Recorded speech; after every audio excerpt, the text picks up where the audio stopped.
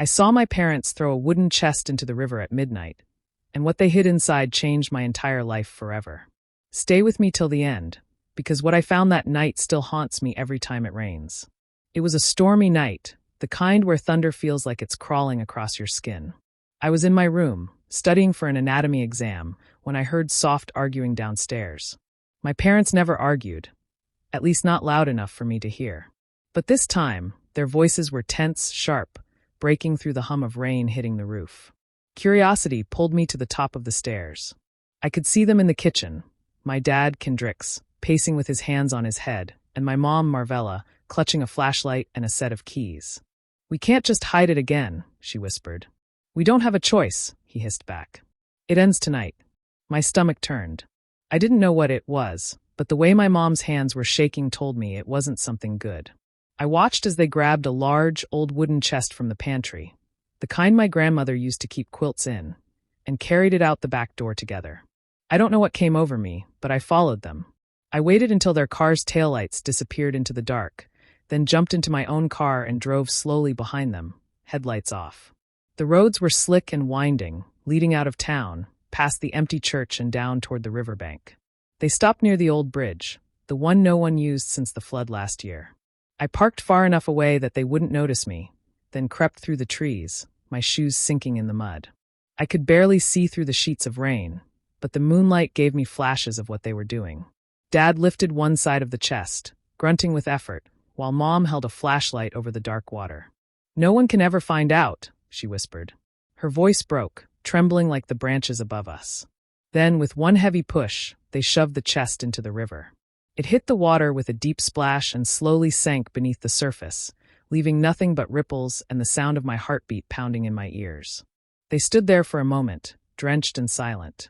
Dad put his arm around Mom and led her back to the car. I stayed hidden until their headlights disappeared again. Then I just stood there, frozen, staring at the black water swallowing their secret.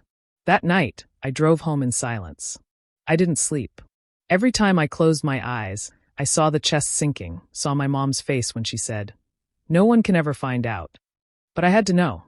Whatever they buried in that river, it was part of my family's story.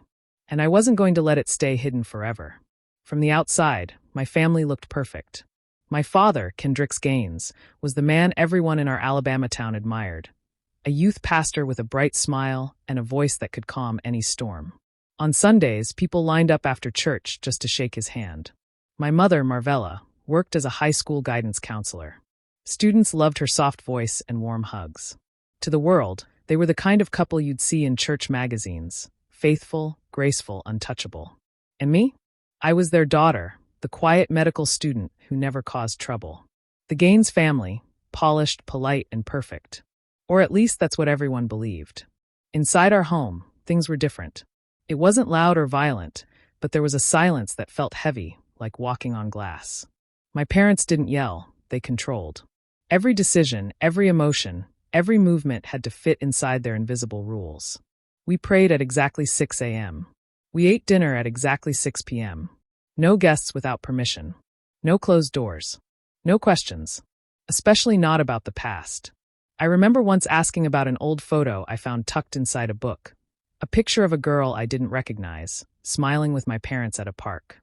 My father's face darkened instantly. He snatched the photo from my hand and said, "That's no one you need to know about." My mother looked down, her lips trembling, but she said nothing. After that, I learned not to ask. Still, I noticed things. Money that vanished from my college fund, excuses that didn't add up. One time, I overheard my parents whispering about covering it up, and the church doesn't need to know. When I asked what they meant, my mother just smiled tightly and said, "Adults handle adult matters, sweetheart." They called it discipline. I called it distance. My mother would hug me, but her arms always felt tense. My father would say he loved me, but only when people were watching. And then there was the name. Naira. The one name never spoken in our house. The first time I heard it was from a family friend at church. She smiled at me and said, "You've grown so much since Naira left. You two were so close." I must have looked confused because she quickly changed the subject. Later that night, I asked my parents who Naira was. My father's face turned stone cold. "Don't ever say that name in this house," he said. My mother's eyes filled with tears, but she didn't stop him. She never did. They told me Naira ran away years ago, when I was still a kid. She lost her way, my mother whispered once. We don't talk about her anymore. But I never forgot the way she said it, her voice shaking, her eyes darting toward my father. Even back then, something deep inside me knew. Families like ours don't just lose children. They bury secrets. And mine were buried deep. The next morning, I couldn't stop thinking about the river. I barely slept. Every time I closed my eyes, I saw that chest sinking under the black water. My parents' voices echoed in my head. No one can ever find out. The words felt like a curse. By sunrise, the storm had passed, leaving behind a thick mist that clung to the air. I grabbed my jacket and drove back to the old bridge. The world was silent except for the slow rush of the river below. The smell of wet earth filled my nose as I climbed down the muddy bank, my heart pounding like it wanted to jump out of my chest. At first, I thought the chest was gone. The water looked calm, smooth, like it had swallowed everything whole. But as I moved closer, I spotted something wedged between a pile of driftwood near the edge. My breath caught. It was the chest, the same one my parents had thrown into the river hours earlier. I slid down the bank, mud splashing up my legs, and reached it. The wood was soaked and swollen, darkened by the water. My hands shook as I tried to lift the lid, but it wouldn't budge. I looked around, grabbed a stick, and pried at the lock until it snapped. The smell that came out made me gag, damp, old, and rotten. Inside were small, soaked bundles wrapped in fabric. I pulled one out carefully. It was a tiny onesie, baby clothes stained and waterlogged. I found another bundle. Letters, the paper burned and smeared, the ink running down like tears. They were impossible to read, except for a few words that stood out. Forgive. Sin. Please. My hands trembled harder. Then I saw it, a photo half cracked and bent from water damage. A baby girl with dark curls and a wide smile, sitting in someone's lap. On the bottom, written in faded ink, Naira, 2002. Naira. That name again. The one my parents swore I should never say. I turned the photo over. On the back, written in shaky handwriting, were the words that froze me to the bone. Forgive me for what they made me do. My knees went weak. I sat there in the mud, staring at the photo as my heartbeat filled my ears. Who wrote that? My mother? My father? What did they make someone do? The air felt too thick to breathe. I put everything back in the chest as best I could, closed it, and dragged it under some branches to hide it again. I couldn't leave the evidence there. So I took the photo and the burned letters with me, wrapping them in a plastic bag before driving home. When I got inside, I hid them under my bed. My hands were still trembling when I heard the front door open.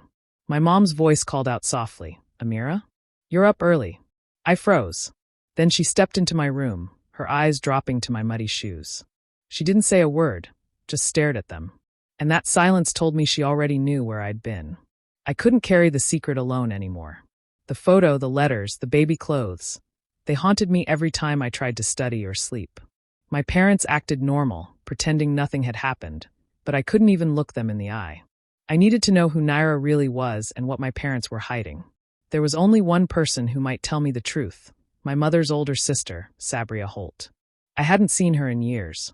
Mom always said Aunt Sabria was unstable and liked to twist stories. But I remembered her as warm, the kind of aunt who smelled like cinnamon and called me Sweet Pea. If anyone would be honest, it was her.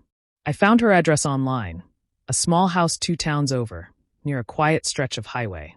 I left early in the morning, heart pounding the whole way. When I pulled up, the house looked tired, the paint faded, a wind chime clinking softly by the door. For a moment, I almost turned back. But then the door opened. Amira, she said, her voice soft with surprise. Her eyes, kind but weary, scanned my face. You look just like your mother when she was young. I swallowed hard. I need to talk to you, Aunt Sabria. It's important. She led me inside, where the air smelled faintly of lavender and old books. We sat at a small kitchen table, sunlight pouring through the window.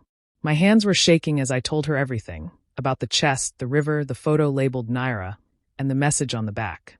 As I spoke, her face grew pale. By the time I finished, she was gripping her teacup so tightly I thought it might break. Lord help us, she whispered. I knew something wasn't right. I leaned forward. You knew about Naira? She nodded slowly. Of course I did. Naira wasn't a runaway, Amira. That's what they told everyone, but it wasn't true. Her voice cracked. They said she got sick. a fever that took her fast. But I never saw her body. They buried her quick, too quick. When I asked Marvella for the hospital records, she shut me out. Told me to stop digging if I loved her. My chest tightened. So you think they lied? Her eyes met mine, watery and full of something between fear and guilt. Your mama was scared of your daddy even back then. Kendricks had this way of twisting faith into fear. He believed in demons and deliverance more than doctors. I think, she stopped, swallowing hard. I think Naira didn't die from sickness. I think something happened in that house, something they both tried to bury. The room felt colder. I stared down at my hands, words caught in my throat. Aunt Sabria reached over and squeezed my fingers. Baby, whatever they didn't just bury your sister. They buried the truth. And I reckon it's trying to rise again through you. Her words echoed inside me long after I drove away. When I got back home from Aunt Sabria's, I couldn't shake the feeling that the house itself was watching me. Every creak of the floorboards, every whisper of the wind through the window screens made my skin crawl. My parents were both gone for the evening, Bible study of course, and the silence pressed against my ears. That was when I decided I couldn't wait any longer. I needed proof. The attic was the one place in our house that my parents rarely mentioned. My father used to say it was just storage, but even as a kid, I remember how he kept it locked. Tonight, though, I found the old key hanging from a hook behind the pantry door. My hands trembled as I climbed the narrow steps, flashlight in one hand, key in the other. The air up there was heavy with dust and the smell of old wood. Cobwebs hung from the beams, and the light from my flashlight cut through clouds of dust like smoke. Boxes were stacked in uneven towers, old Christmas decorations, faded hymnals, yellowed photo albums. But near the far corner, half buried under old quilts, was something different, a dark wooden trunk. I dragged it out and brushed off the top. It had a brass latch that was almost rusted shut. When I opened it, I found stacks of church papers, attendance lists, sermon notes, donation ledgers. Then, under a pile of torn photographs, I saw it, a small red leather journal with gold lettering. The initials MG shimmered faintly on the cover. My mother's initials. The lock was tiny and old. I found a paper clip in one of the boxes and fiddled with it until I heard a click. The journal creaked open, and the first page smelled faintly of perfume and mildew. At first, it read like a diary, daily notes about church, about keeping the house in order, about my father's sermons.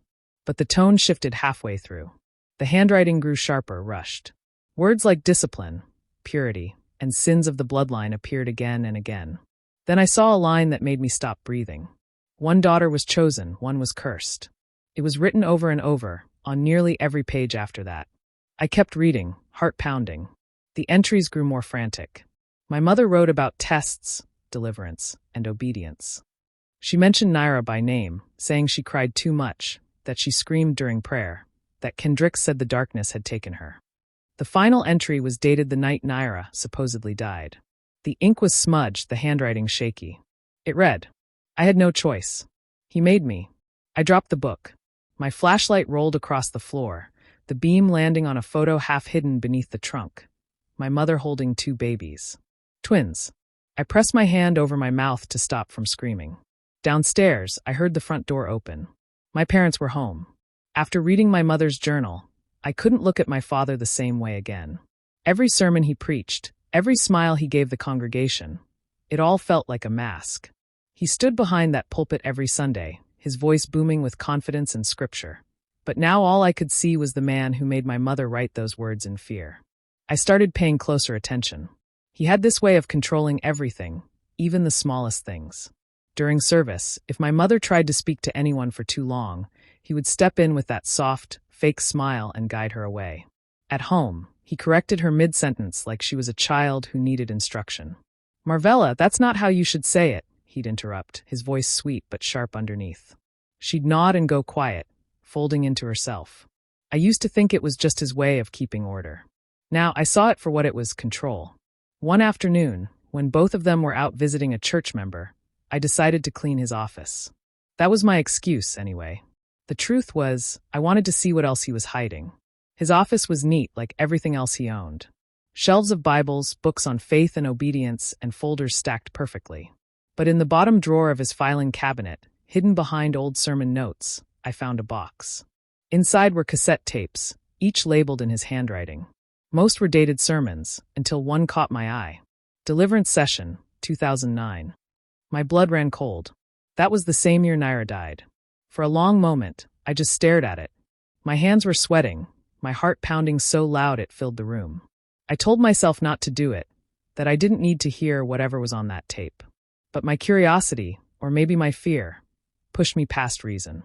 I found an old cassette player in the corner and pressed play. The tape crackled, then a man's voice came through, my father's. Calm, steady, commanding.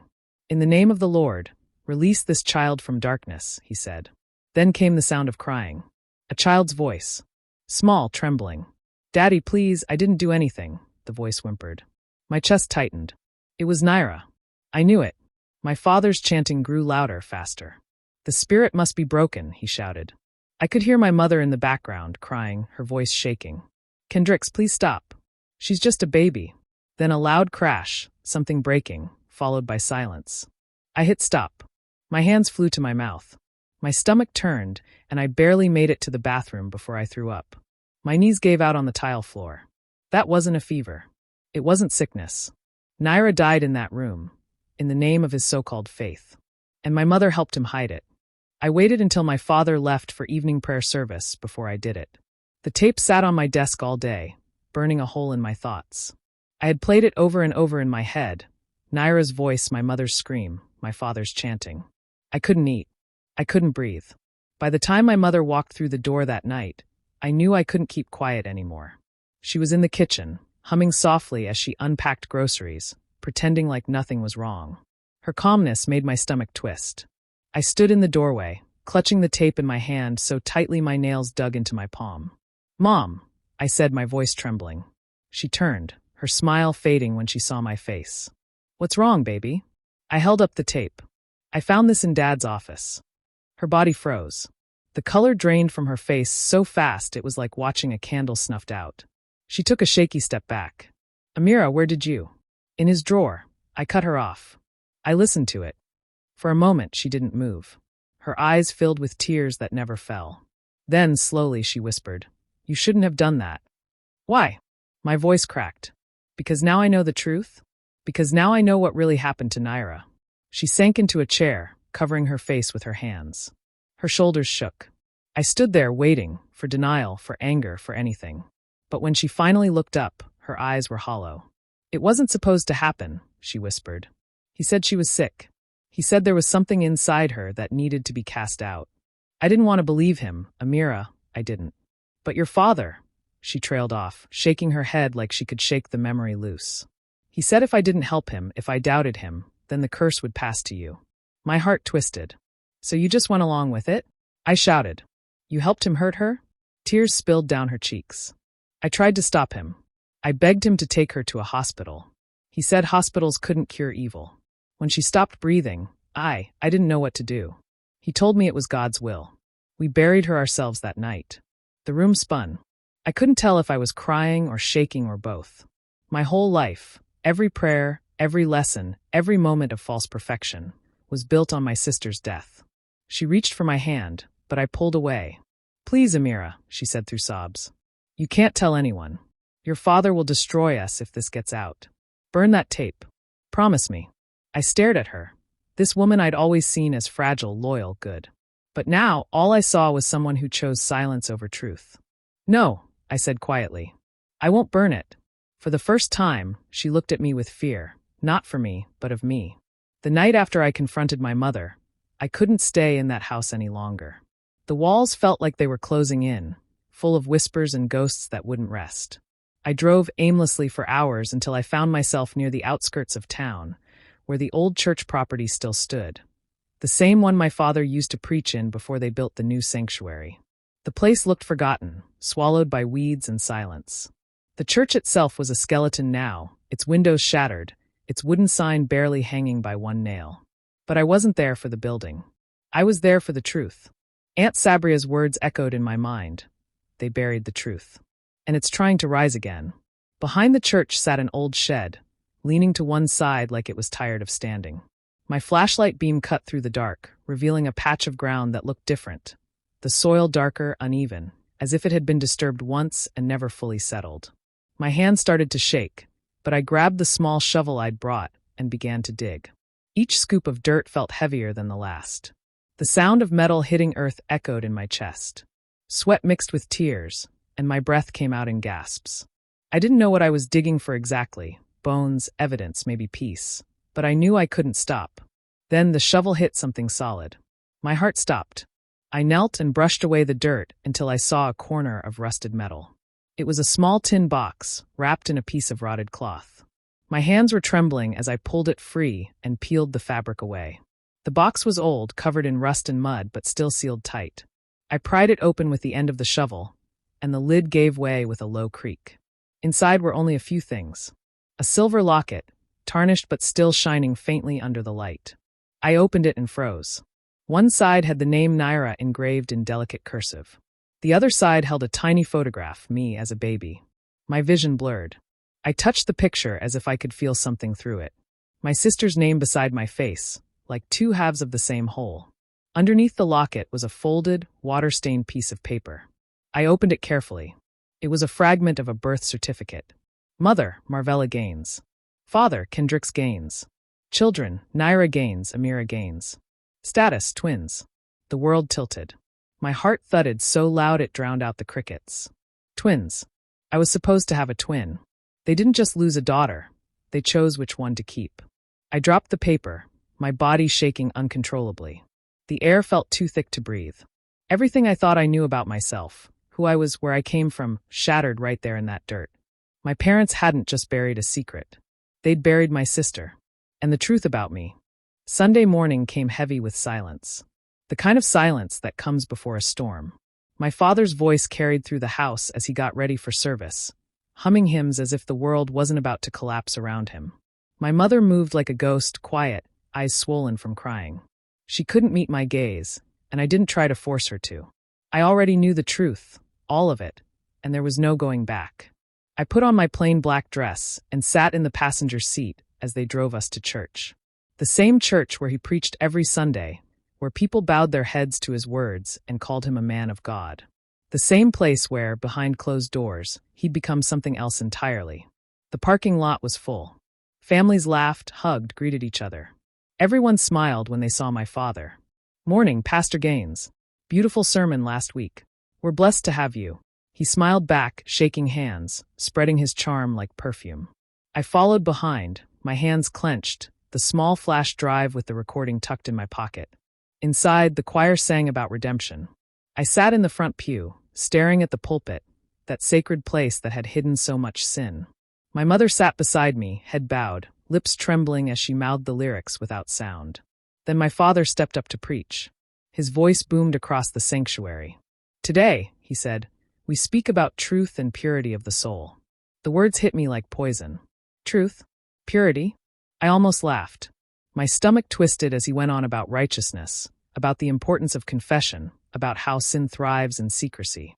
Every sentence was a knife, not because it was wrong, but because it was the very thing he refused to live by. When the sermon ended, he called for testimonies, a time for the congregation to share what God had done for them. My pulse quickened. My palms were sweating. Then I stood. The room went still. My mother's head shot up. My father smiled, proud. "Go ahead, sweetheart," he said, his voice warm and trusting. I walked to the podium, my heels echoing against the tile. I looked out at the familiar faces. People who had loved my parents, trusted them, followed their words. And then I began to speak. I told them about the chest in the river. About the photo, the journal, the tape.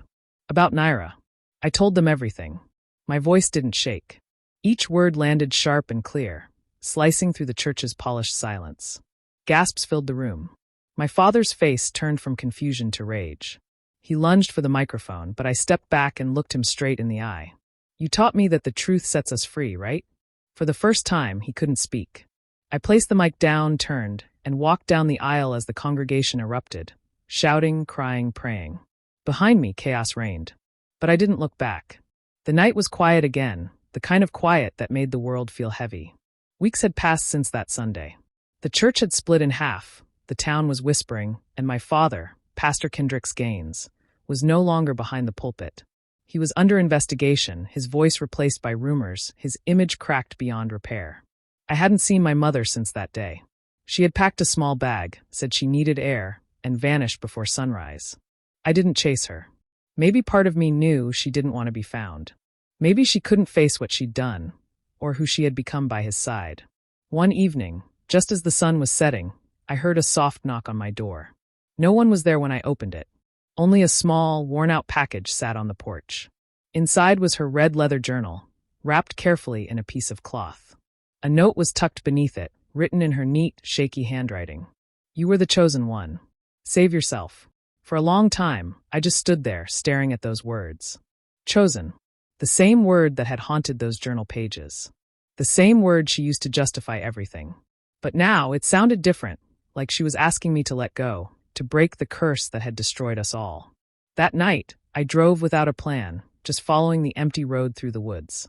The same winding path I had taken months ago when I followed them to the bridge. The same river that had held their secret still waited in silence. The moon hung low, silver and calm, its reflection rippling across the dark water. I stepped out of the car and walked toward the edge. The smell of the river, the wet earth, the cold mist, hit me with memories I didn't want to hold on to anymore. I took the journal from my bag. The leather felt soft and warm, like something still alive. My fingers trembled as I flipped it open one last time. The final page was blank.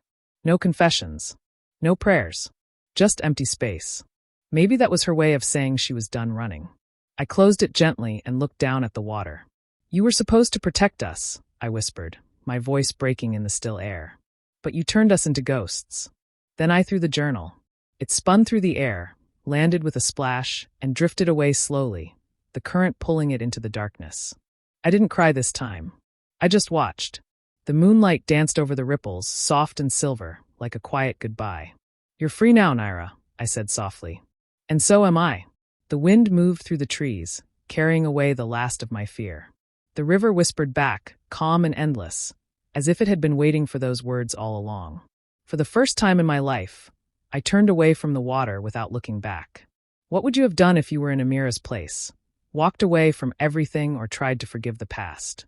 I'd love to hear your thoughts in the comments below. And if stories like this move you, don't forget to subscribe and hit the notification bell so you never miss another one.